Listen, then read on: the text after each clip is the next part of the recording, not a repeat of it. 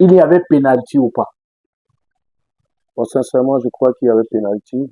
On a des gens qui disent que Brahim Diaz a fait exprès de manquer le pénalty. Non, ils n'ont pas le droit de quitter l'heure de jeu et je crois qu'ils ne vont pas éviter les sanctions de la CAF.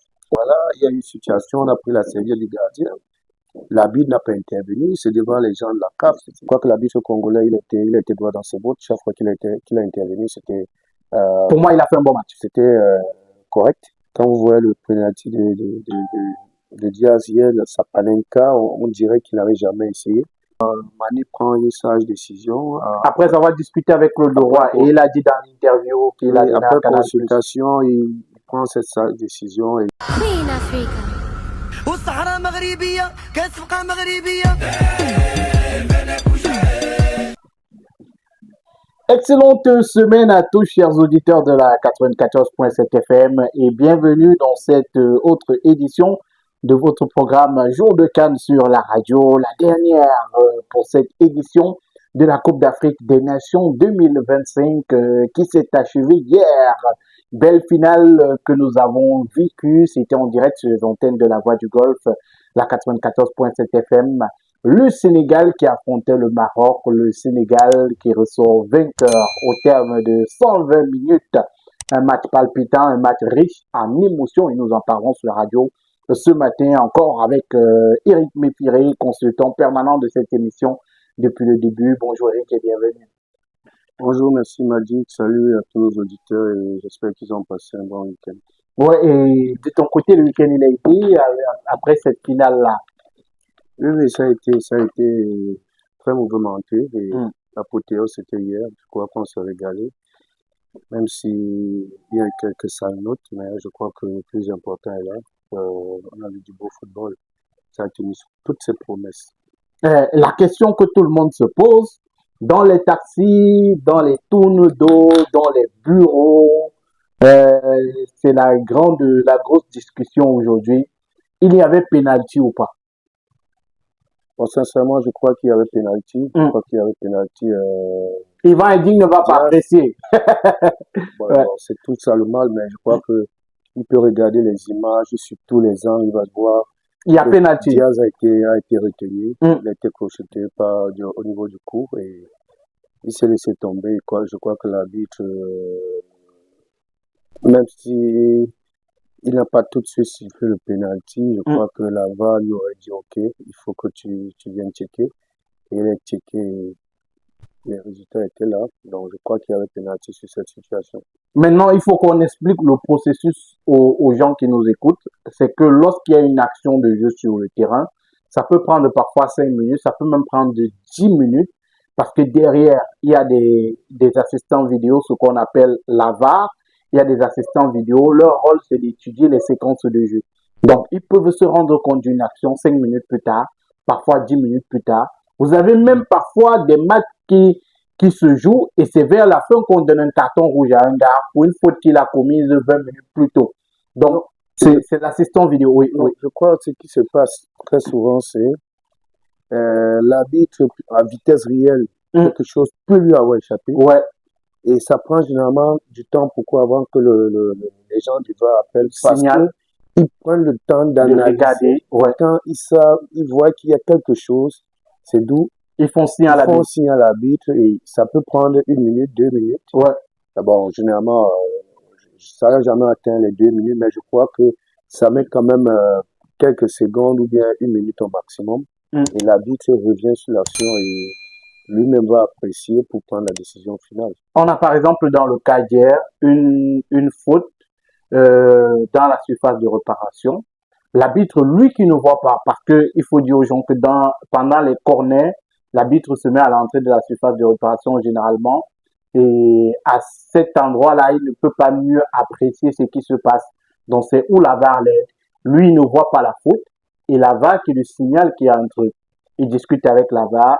Il peut décider de prendre l'avis de la VAR ou alors lui-même d'aller analyser la vidéo, ce qu'il a fait. Et il y a penalty. On est d'accord sur ça. C'est qu'il y a penalty. Maintenant, derrière, il y a eu plusieurs réactions. On a également le but qui a été refusé pour le Sénégal. Pour moi, il y a faute du joueur sénégalais, Eric. Pour moi, ça c'est mon avis. Non, moi je crois sincèrement que il faut pas faut pas tourner la langue, il faut revoir les images une fois de plus sur tous les angles pour voir que le joueur Hakimi a été déséquilibré Mm. lors de ce duel. C'est vrai que d'autres arbitres ou bien dans le championnat anglais on sifflerait pas ça, mais dans tous les cas, Il y a faute. il y a une faute là-bas. Il a été poussé et il est tombé. Je crois que si l'arbitre a refusé le but, c'est tout à fait logique. Après, s'il accordait le but, je crois pas que les Marocains devaient crier au scandale Mm. parce qu'ils savent que c'est des situations qu'on vit à chaque fois dans les surfaces quand il y a coup de pied arrêté. Et c'est pas tous les arbitres qui pourront siffler ça, d'autres siffleront, d'autres ne siffleront pas. Grosse promo chez Intenseware. Offrez-vous des espadrilles et babouches à seulement 10 000 francs CFA. Oui, je dis bien 10 000 francs CFA. Pour un look unique et un style affirmé, Intenseware, c'est ce qu'il vous faut. Des espadrilles et babouches en dope, Togo, Bogoland, Kente et bien d'autres tissus africains. Des créations originales pour sublimer votre élégance. Parce qu'Intenseware pense à vous, profitez de cette grosse promotion dès maintenant. Contact 689 88 23 02 673 97 92 20 et la livraison est gratuite. Soyez unique avec Intenseware, osez la fritude, vivez l'intensité. Et il faut dire que dans les faits de jeu également, il y a ce qu'on appelle les circonstances. C'est pour ça que pour une occasion ou pour une autre, on peut décider de donner un carton jaune ou un carton rouge. C'est-à-dire que vous avez là une action franche de but. L'arbitre en analysant cette séquence peut se dire, si Hakimi n'est pas déséquilibré, il peut empêcher le but. Donc, raison pour laquelle il annule le but pour faute. Si sur cette séquence-là, on se dit, même si Hakimi n'était pas déséquilibré, le joueur aurait toujours marqué, on n'aurait pas sifflé faute. Je pense que c'est comme ça que l'arbitre analyse. C'est pour ça qu'on parle même lorsqu'il y a contre-attaque d'occasion de but. C'est ça qui peut conduire à un carton jaune ou à un carton rouge. Dans tous les cas, l'arbitrage de cette rencontre, de manière globale, Eric, comment tu l'as trouvé? Non, je crois que les gens avaient déjà anticipé, les gens se sont fait une idée dans la tête. Je crois que l'arbitre congolais, il a été droit dans ses bottes. Chaque fois qu'il a intervenu, pour moi, il a fait un bon match. C'était correct. Malheureusement, puisque les gens avaient déjà d'autres idées dans la tête, ils ont essayé de faire balader ça dans la tête des autres et voilà, le résultat c'est on a vu hier. Heureusement, il est resté droit dans ses bottes et il a fini son match naturellement. Et on l'a vu avec Lamine Camara qui à chaque fois se plaignait des décisions arbitrales, même les décisions qui étaient logiques. Il se plaignait des décisions arbitrales. Peut-être ce sont aussi des situations qu'on a vécues, c'est-à-dire qu'il y a des précédents. On a par exemple la Tanzanie, le match du Maroc contre la Tanzanie. On a le match du Maroc contre le Cameroun. On a l'accueil des Sénégalais parce qu'il faut le dire, ça a fait polémique. Le stade d'entraînement qui n'a pas été donné à temps, l'hôtel et tout. Peut-être on peut donner raison au Sénégal et se dire tous ces événements concluent à ce que même si à la fin ça se passe bien, on peut se dire ces gens-là ont été favorisés et on peut être dans ce même cas de figure. Oh, favorisé, moi je n'emploierais pas ce terme. Beaucoup le pensent. Il faut qu'on dise les choses telles qu'elles sont. Je pense que ce qui s'est passé hier est la conséquence de tout ce que les Sénégalais ont vécu lors de la préparation de cette finale, partant par le stade. J'ai pas envie de dire qu'on leur a pas donné le stade, mais je pense qu'ils ont naturellement refusé de s'entraîner dans un stade précis qui était... Parce qu'ils ont trouvé que c'était pas adapté. Ouais, non, pour certaines raisons, parce qu'ils pensaient que, étant là-bas, on devait avoir des contrôles sur eux, on aurait pu les filmer. Bon, bref, ils ont demandé à la CAF de leur trouver un autre hôtel, un autre stade. Ils ont pris l'hôtel des Lions indomptables.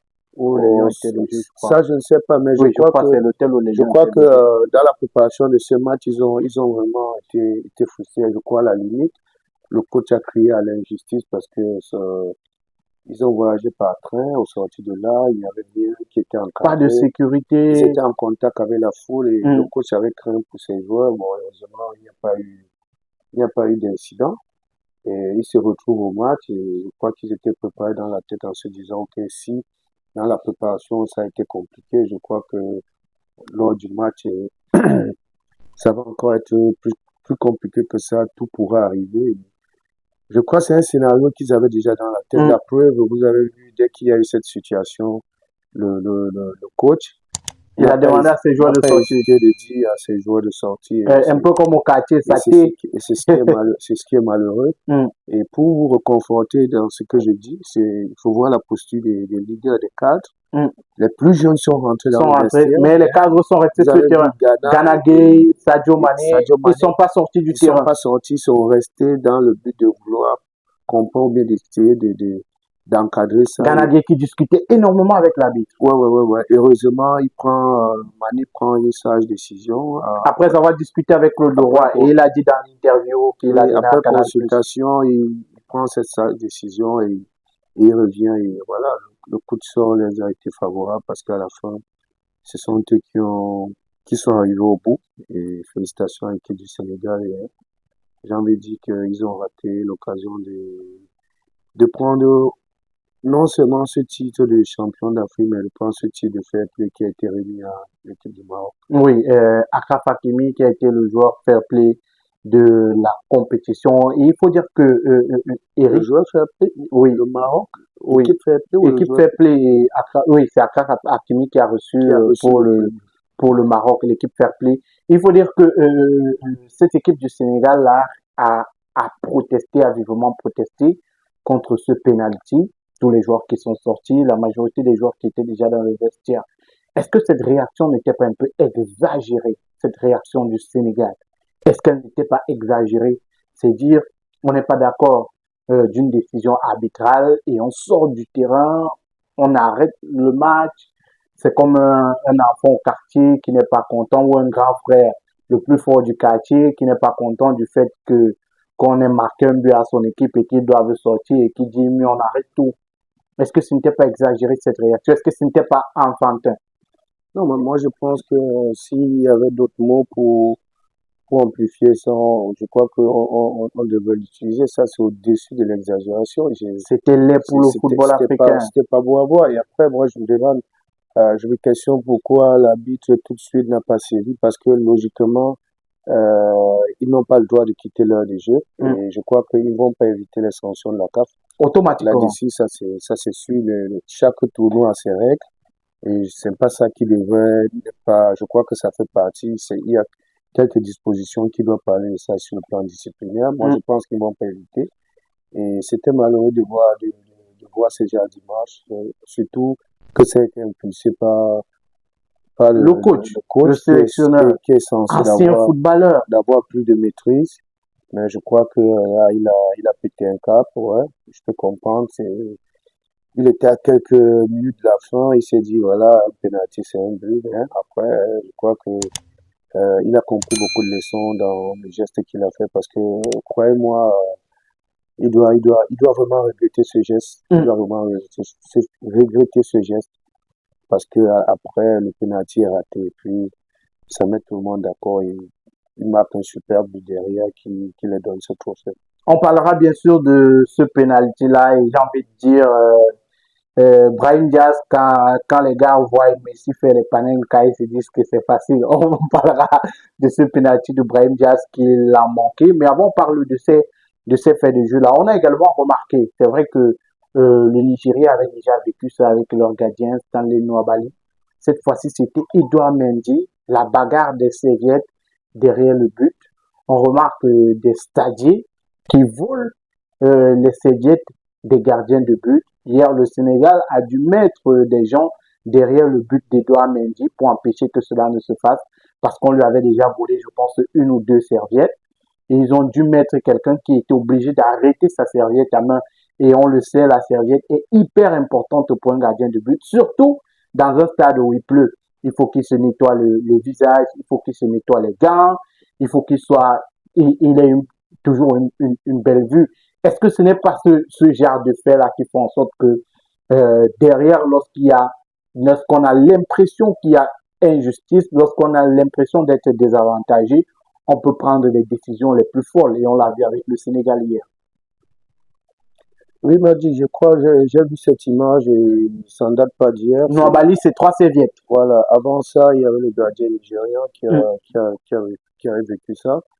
Mais bon, moi, je pense que c'est pas fair play pour ceux qui posent ces actes. Ils ne devraient pas, je pense même que les stadiers ne devraient même pas permettre que ces gens-là. Ce sont même eux, ce sont eux Ce sont les parfois. stadiers qui l'ont fait. Et on l'a vu sur l'image du Sénégal, le gars que le staff sénégalais a mis pour arrêter la serviette d'Edouard Mendy, il est acculé par trois Marocains qui sont visiblement des stadiers, qui veulent lui arracher la serviette entre les mains. Et on a un agent de sécurité qui vient en costume, qui lui aussi veut rentrer dans le jeu. Heureusement qu'on a un autre Sénégalais qui vient, je pense un joueur qui était à l'échauffement, qui vient se mêler et ça calme le jeu. Ouais, bon, je dis, c'est triste. Moi, j'ai pas envie de m'attarder là-dessus. C'est triste de voir ça parce que c'était évitable. C'est juste la répétition et c'est rien d'autre, rien d'autre. Ou peut-être ils ont peur que le gardien soit dans des meilleures conditions. Oh, non, non, non, moi, j'ai pas envie de dire ça. J'ai pas envie de dire ça parce que, vous voulez dire quoi? Parce qu'il pleuvait? Oui, il pleuvait, il faut qu'il se nettoie les yeux. Bono avait une serviette. Bon, j'ai pas prêté Bono attention. n'avait pas de serviette. Donc, moi, je pense que s'attarder là-dessus, pour moi, c'est un non-lieu. Mais c'est ce que je veux dire. Parce que techniquement, il faut repréciser les choses. Parce que j'ai suivi les gens dire, voilà, il y a une situation, on a pris la serviette du gardien. L'arbitre n'a pas intervenu, c'est devant les gens de la CAF. Il faut préciser les choses. Voilà ce que la règle dit. La serviette qu'il a, normalement, vous voyez, avant, les gardiens accrochaient même sur les filets. Sur les filets, ouais. Mais les arbitres ont le droit de lui demander de les enlever. Tant que la serviette est hors du stade, l'arbitre ne s'occupe de rien hors du stade.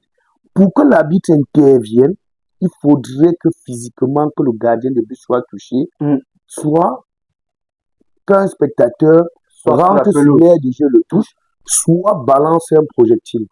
Mais tant que la serviette est dehors, tout ce qui se passe là, même si l'arbitre voit, il n'intervient pas. S'il n'intervient pas, vous ne pouvez pas lui crier dessus. Donc, j'ai suivi beaucoup de gens dire, ouais, comment ça, c'est devant l'arbitre, il ne fait rien. Non, non, non, il n'a pas besoin de ça. Mais on tire là sur la CAF, qui aurait dû, l'organisation de la compétition.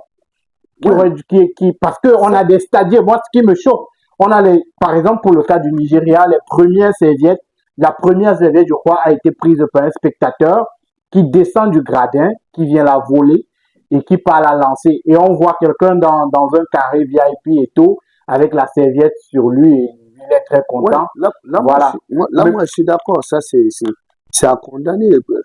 Ça, c'est mettre du discrédit sur la qualité de l'organisation. L'impartialité même. Parce qu'on peut se dire que chaque fois, c'est quand on a le Maroc joue. Chaque fois quand c'est le Maroc qui joue, bon, j'ai envie. Donc ça, c'est des choses à rectifier. Je crois qu'ils ont péché là-dessus. Et je crois que ça va les servir de leçon. Il faudrait pas que ça passe impuni. Parce qu'au-delà de la serviette, il y a beaucoup d'autres choses qui se sont passées dans les tribunes. Il y a une bagarre entre les sportifs et tout ça. Et je me demandais bien comment ils ont fait pour rentrer dans l'air de jeu avec tout ce qu'il y avait là comme sécurité. Parce que même dans d'autres pays où il y a eu la CAN, où il y a eu moins de sécurité, on n'a pas vécu ça. On n'a pas vécu ça. Je crois que le Maroc n'a pas suffisamment briefé ses populations par rapport au fair play, parce que c'est ce qui a le plus manqué dans cette compétition-là. Beaucoup plus de la part des supporters et aussi de la part de ces personnes-là qui étaient dans l'organisation, parce que c'est vraiment désolant de voir que ce sont les stadiers qui prenaient les serviettes des gardiens, qui laissaient les supporters rentrer dans le stade pour prendre ces serviettes-là et qui les voyaient partir. C'est désolant de vivre ce genre d'image-là. Le match d'hier, au-delà de tout cela, au-delà de tous ces événements, c'était une belle rencontre. Et on a vu ce penalty manqué par Brahim Diaz. Brahim Diaz qui manque le penalty, trop d'assurance sur ce coup, Eric. Quand on est footballeur à ce niveau de compétition et qu'on pense à faire une panenka, c'était quoi l'idée? Rentrer dans l'histoire, c'était vraiment quoi l'idée? Ouais, je vous avoue On a vu Messi le faire, Zidane l'a fait plusieurs fois à ce niveau. Ouais. que le penalty soit raté par le leader technique de cette équipe, moi, j'ai été vraiment étonné. Et il essaie une panenka et j'ai envie de dire que la panenka, c'est pas un geste technique aussi facile à réaliser. Ouais. Mais il faut le dire comme ça qu'on n'improvise rien. S'il a fait, ça veut dire que il en a souvent fait à l'entraînement, il en a souvent fait en club.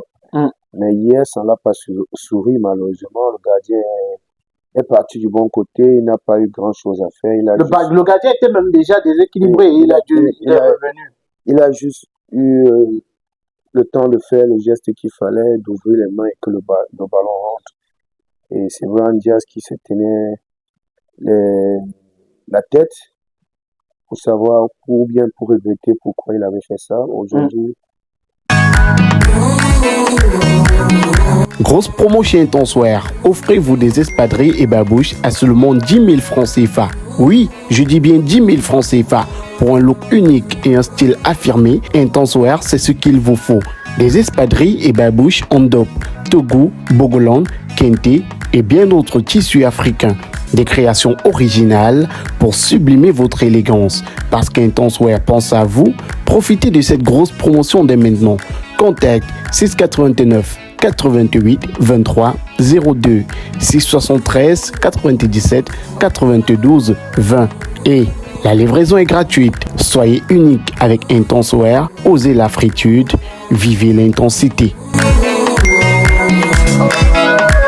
On l'a vu très triste. Aujourd'hui, on l'a vu triste à la fin de la rencontre. Je crois qu'il a été sanctionné direct parce que quelques temps après, le coach le remplace. C'est pas parce qu'il pouvait plus apporter, mais je crois que le coach n'avait pas aimé cette attitude parce que à ce niveau, la compétition a quelques secondes d'avoir un titre de champion d'Afrique qui devait être la deuxième étoile après plus de 50 ans. Surtout à domicile. À domicile, se permettre de faire un geste comme ça pour un cadre qu'il est, c'est quelque chose de fort, c'est regrettable. Et c'est pour ça que moi je dis, j'ai toujours dit ça aux gamins, le football c'est 90 minutes, 120 minutes de concentration. La seule fois que tu es déconcentré, tout peut t'arriver et après tu as des regrets. Brahim Diaz avait en face de lui Edouard Mendy, 1m94. C'est énorme dans les zones. Eric, toi, dans ce genre de situation, est-ce que tu tentes une panenka? Ou alors tu choisis un anglais, tu mets le ballon en puissance, sachant que tu as un monstre devant toi? Non, mais moi, étant joueur, déjà, j'aimais trop prendre des risques. Déjà parce que moi, je tirais toujours les derniers pénaltys. Souvent, ça m'avait pas souri. Et je regrettais, mais quand j'arrivais à rater, quand même, c'était avec beaucoup de conviction parce que quand vous voyez le penalty de Diaz hier, sa panenka, on dirait qu'il n'avait jamais essayé. Mais croyez-moi, la panenka en elle-même était même déjà ratée. S'il a essayé de faire ça, ça veut dire que c'est un exercice qu'il répète habituellement.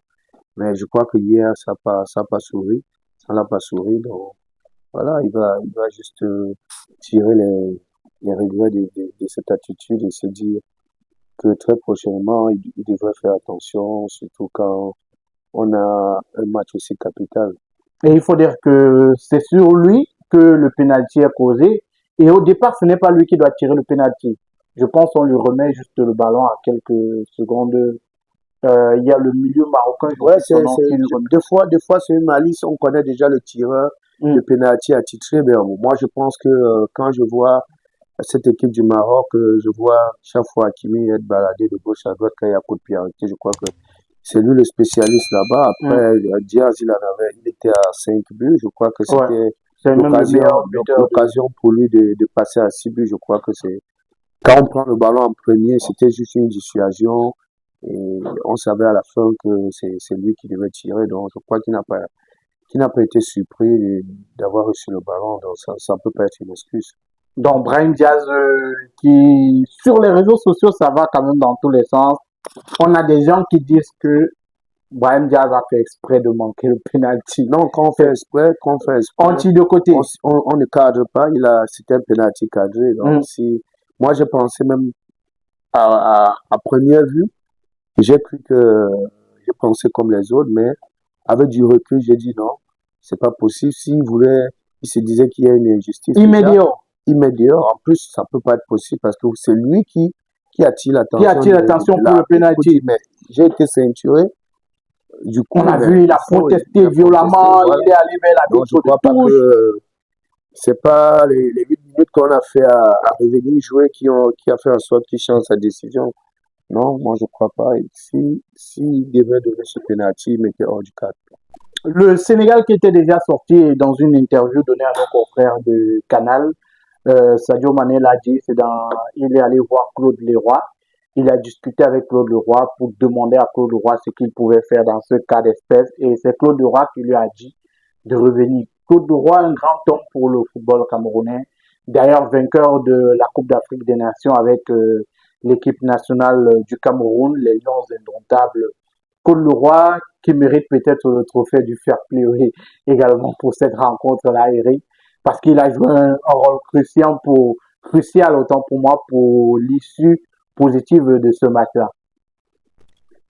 Oh, je crois que là, il était là en tant que consultant et il était au bord de la pelouse. Oui, il était à la main courante. Heureusement, voilà, Mané tombe sur lui et le consul qui dit, OK, petit, il faut aller jouer. Moi, je pense que il le disait, je crois que c'est la réaction normale de quelqu'un, d'un entraîneur. C'est la réaction normale de quelqu'un qui aime le fair play. Il lui a dit, OK, petit, tu y vas, le match n'est pas fini, on est à 0-0, là, et un penalty n'est forcément pas un but, voilà. Je crois qu'aujourd'hui, il va pas répéter pourquoi il soit allé voir Claude Leroy et Diouf dans les tribunes. Heureusement que ils étaient alignés dans la position, sinon ça devait correctement mettre Mané en mal par rapport à la situation. Sadio Mané qui repart avec le titre de meilleur joueur de la Coupe d'Afrique des Nations. Mérité, Eric? Moi, j'aurais donné ouais, j'ai envie de dire mérité, pas forcément pour ce qu'il a fait durant toute la CAN, mais je crois que mérité parce il a porté cette équipe hier seul. Déjà sur le stade, vous n'avez qu'à voir l'activité qu'il avait, la générosité. C'était énorme. Moi, j'ai pas reconnu Sadio Mané. Je pensais qu'il était fini. J'ai bien voulu comprendre pourquoi il disait que c'était sa dernière CAN. Et je crois à la fin, le geste qu'il fait, il demande aux gens de venir. Il a dit venez, on va jouer comme des hommes, Je crois que c'est plus pour ça qu'il a eu ce titre. Sinon, si cette finale serait terminée en queue de poisson comme ça, ça devrait être un truc historique parce qu'on n'avait jamais vu ça. Et je crois que ce geste a pesé pour qu'on lui donne ce titre de meilleur joueur de la CAN. Et si on veut regarder sur le terrain, le joueur qui a apporté sur toute cette compétition, ce serait qui? Je ne vous ai pas bien suivi. Ça veut dire s'il faut donner en fonction de ce qu'on a vu sur le terrain depuis le début de... Sans doute, ça devait être le numéro 10 marocain. Brahim Diaz. Je suis David. Non, il n'y a pas de doute. Chaque fois qu'il a joué, je crois que hier, il fait le match le plus moyen depuis le début du tournoi. Ouais. C'est son seul match moyen et après, il passe à côté de ce penalty. Qui devait donner le titre ou bien le deuxième titre au Maroc à domicile. Donc moi, je voterais pour lui comme meilleur joueur si jamais Mané n'avait pas été énormissime hier. Ouais, Sadio Mané qui repart avec ce titre-là. Et derrière, Brahim Diaz qui a quand même été récompensé le titre de meilleur buteur de la compétition. Brahim Diaz, c'est 5 buts pendant cette compétition. L'Afrique qui aujourd'hui a l'un des plus gros talents de son siècle. Peut-être on est reparti pour une belle épopée des grands footballeurs africains, surtout dans une compétition comme la CAN avec Brahim Diaz. Ouais, je crois que c'est une nouvelle petite pour le football africain. La relève de Mané et Salah. Ouais, il a été révélé il y a quelques mois et je crois qu'il prenait la bonne décision de jouer plutôt pour pour l'équipe du Maroc, je crois que ça va venir comme ça encore bonifier notre football en général parce que ça faisait longtemps, on n'avait pas eu des génies du genre, ou bien on se posait bien la question de savoir après les Mané, les Salah, on aura qui. Donc je crois qu'on a, après les Mahrez aussi, je crois que là on a Diaz, on a les Mbemo qui font surface et je crois que ils vont tirer vraiment les équipes africaines vers le haut et comme vous l'avez constaté, toutes les équipes sont en train de progresser. C'est vrai, c'est les grandes nations de football. On aurait aimé découvrir ce genre de personnes ou bien ce genre de joueurs dans d'autres équipes pas majeures, sans toutefois insulter les autres. Mais c'est bien de savoir que on a encore des joueurs comme ça. C'est important qui s'affirment comme ça. Et je crois que ça sera motivateur pour les autres jeunes qui le regardent. Brahim Diaz qui repart malheureux de cette Coupe d'Afrique des Nations, lui pourtant qui a fait une belle campagne avec l'équipe du Maroc, ses 5 buts pendant cette compétition, il faut dire, il a marqué à chacun des 5 premiers matchs de la compétition, c'est-à-dire les 3 matchs de poule, huitième de finale et quart de finale, lui qui a été énorme pendant cette compétition-là. Sadio Mané qui rafle le titre de meilleur joueur de la compétition, Brahim Diaz qui repart avec le titre de meilleur buteur et le meilleur gardien de la compétition, c'est Yacine Bono. Mérité, Eric ou pas? Ouais, mérité. Je crois il vient confirmer tout ce qu'on pensait de lui. Il est important quand même de rappeler que avant ce match, le Maroc était à 4 clean sheets et le Maroc avait encaissé un seul but sur coup de pied arrêté, notamment un penalty jusqu'à hier. Donc hier, il prend son deuxième but. Je ne sais pas s'il y a un autre gardien qui a fait mieux que ça. Donc je crois qu'on a rien à lui reprocher. C'est un gardien qui est autant fort sur sa ligne, sur les sorties, sur les jeux de pied, dans la communication. Donc je crois on a relancé à cette compétition qu'on se serait en train on serait là en train de se poser des questions pour s'il mérite ou pas, mais avec l'absence de Nana, on peut dire chapeau à Bono, il mérite. Yacine Bono qui est énorme. Les aiguisés vont pas aimer. Yacine Bono qui était énorme dans cette compétition. Il repart avec le titre de meilleur gardien de la compétition. Mais on a quand même une espèce rare là de gardien. Depuis des années, il a une certaine constance et on l'a encore vu, la concentration pendant cette Coupe d'Afrique des Nations, être à ce niveau de concentration, être à ce niveau de jeu, rester calme, posé, même lorsque le Maroc a paniqué. On va parler maintenant de tactique, on va parler de technique. Le match d'hier, sur le jeu, quelle était l'équipe dominatrice, Eric? Ouais, d'emblée, j'ai envie de dire que j'ai vite fait de parcourir les stats à la fin du match pour voir. C'était pratiquement équilibré. Équilibré. 48-52 possession. Voilà, c'était presque équilibré. Bon, il y a que les tirs que je crois le Maroc a 7. Le Maroc un peu au-dessus. Et le Sénégal a 3 ou 4, je crois. Dans tous les cas, on regarde les stats. Moi, je pense sincèrement que c'était un match bien équilibré, même si il y a eu beaucoup de ratés, mais en termes d'intensité, en termes de contenu, on a été satisfait, on a été servi. J'ai envie de dire que le Maroc, le Sénégal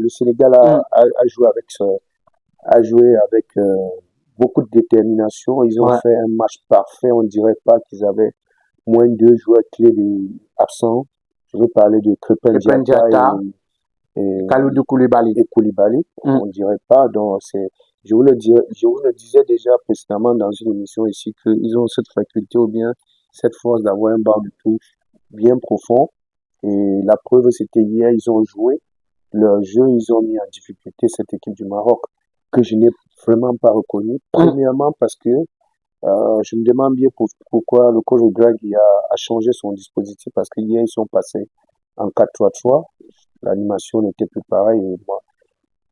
Peut-être il avait l'adversaire en face. J'avais à cœur de savoir pourquoi il a changé. Bon, après, c'est lui le technicien, c'est lui qui a analysé le match du Sénégal. Mais croyez-moi, moi je pense que au final on peut penser qu'il s'est trompé parce que c'est une équipe qu'on a vraiment pas reconnue, surtout sur le plan tactique ainsi que sur le plan technique parce qu'il y a eu beaucoup de déchets sur le plan technique, que ce soit Diaz, que ce soit Hakimi, c'était beaucoup de pertes de balles, beaucoup de fautes.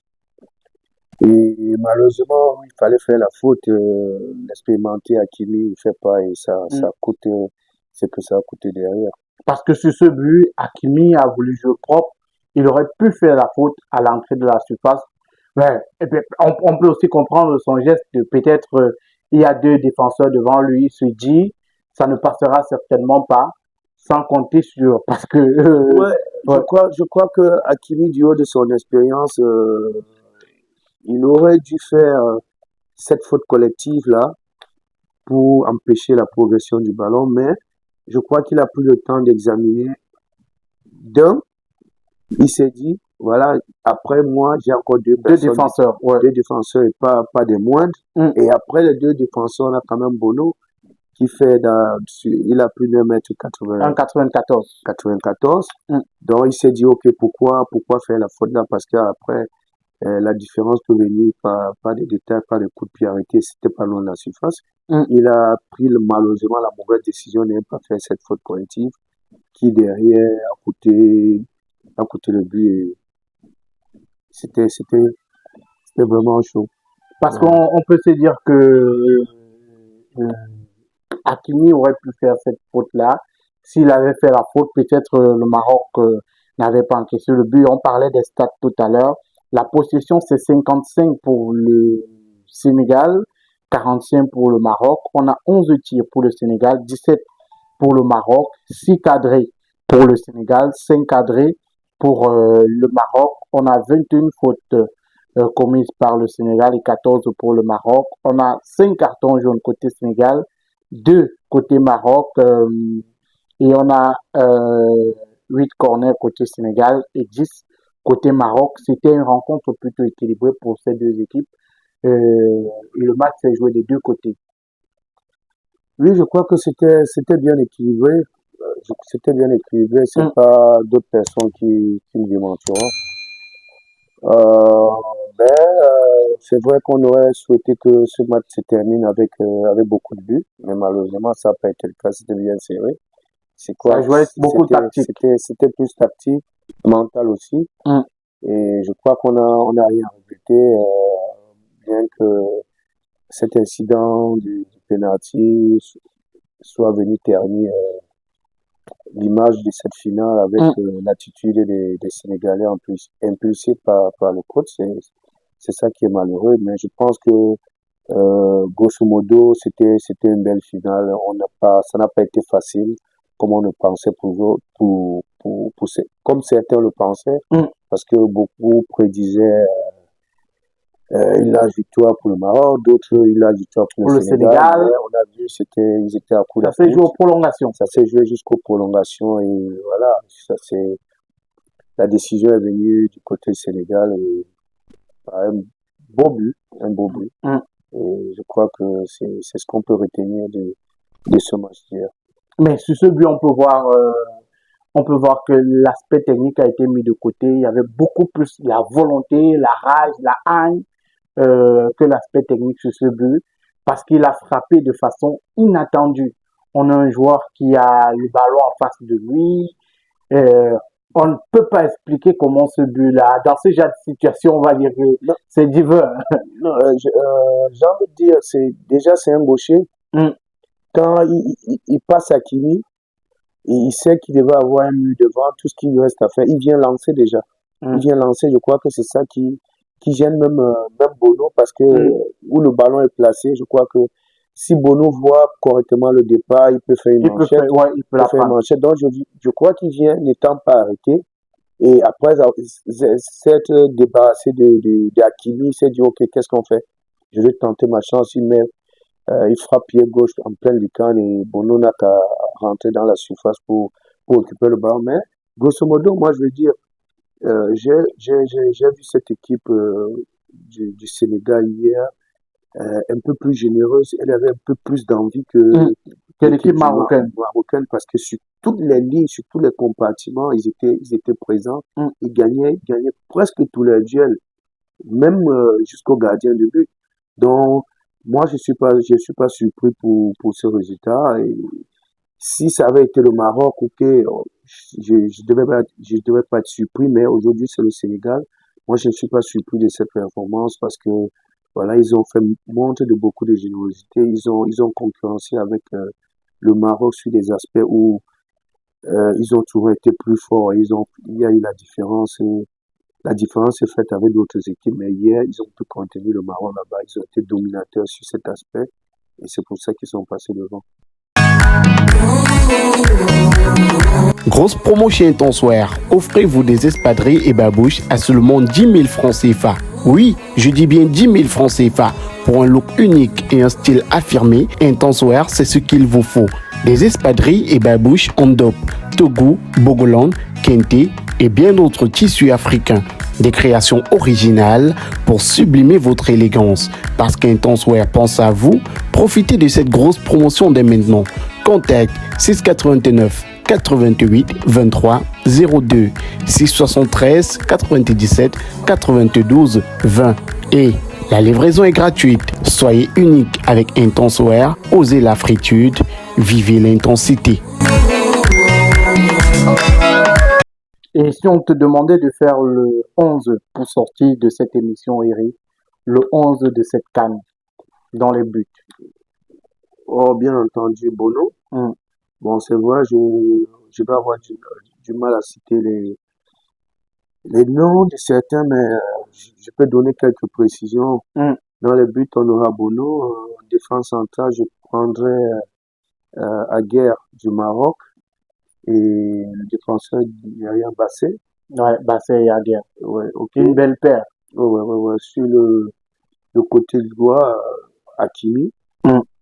À gauche, je prendrais qui? Tolo. Non. À gauche, disons latéral gauche sénégalais. Ouais. Diouf. Oui, Diouf. Et dans l'entrejeu, je mettrais Ghana. Je mettrais Balure. Et comment on appelle Oibi du Nigeria. Iwobi, ouais. Oui, du Nigeria, ça fait 3. Et en attaque, côté droit, Diaz. À gauche, Sadio Mané. Et en pointe, Osimhen du Nigeria. Donc, ça sera mon 11 et bien entendu, comme entraîneur, M. Pagou. Pep Pagou. Alors, voilà, cette CAN se termine plutôt bien. On attend dans tous les cas la CAF qui va ouvrir une enquête parce que la CAF, avant de donner des sanctions, ouvre toujours des enquêtes. La CAF va certainement ouvrir une enquête sur les événements d'hier au stade, sur tous les événements d'ailleurs de cette Coupe d'Afrique des Nations et des sanctions tomberont certainement. Le Sénégal qui sera peut-être sanctionné, qui sera certainement sanctionné pour avoir déserté le stade. Peut-être d'autres sanctions également pour l'organisation, pourquoi pas, peut-être pour d'autres joueurs. Dans tous les cas, la Coupe d'Afrique des Nations 2025, elle s'est terminée hier. Et nous également, on a terminé notre parcours ici. Merci Eric pour cette belle aventure. Ouais, merci Madik, mais avant de sortir, je vais dire que voilà, je peux tirer les conclusions en disant, je crois que durant toute cette CAN, je crois que les stars, c'était plus les arbitres. C'est plus les arbitres qu'on a vus. Malheureusement, c'est pas beau. C'est pas beau. J'espère que la CAF prendra des notes et ils vont essayer de travailler là-dessus pour que ces genres de choses n'arrivent pas. Dans l'organisation, rien ne peut être parfait. Jusqu'à là, le Maroc faisait bien les choses, mais on s'est rendu compte à la fin que ils ont ils n'ont pas maîtrisé leur air. Je crois que l'enjeu a dépassé le jeu, mais le jeu généralement c'est sur le terrain, mais je crois que beaucoup d'émotions c'était plus hors du stade et c'est ça qui est malheureux. Par contre, on peut les féliciter pour la qualité des infrastructures. Et On non, peut les féliciter on pour s'est cru en Espagne. les stades qui nous ont offert. Donc voilà le seul point positif du Maroc là-bas. Et j'espère que vite fait, ils vont faire le point sur ce qui a marché, ce qui n'a pas marché pour pouvoir se remettre en scène au plus vite dans l'optique que très prochainement qu'on les accorde des organisations, des événements aussi grandioses sur le plan africain. Il faut dire qu'en 2030, le Maroc est co-organisateur de la Coupe du Monde. 2030, oui, c'est 2030, j'espère ne pas me tromper. Je sais pas trop. 2030, oui, co-organisateur de la Coupe du Monde 2030. Coupe du Monde dont la finale se jouera en Espagne au Santiago Bernabéu. Et la CAN 2027 sera co-organisée par le Kenya, la Tanzanie et l'Ouganda, les trois pays qui ont d'ailleurs reçu le drapeau hier pendant la cérémonie de clôture de la Coupe d'Afrique des Nations 2020. Merci Eric pour cette belle aventure. Merci pour la disponibilité, surtout pour ces analyses qu'on a eues pendant toute cette compétition. Merci Madi, je crois qu'on a été à la hauteur durant cette compétition.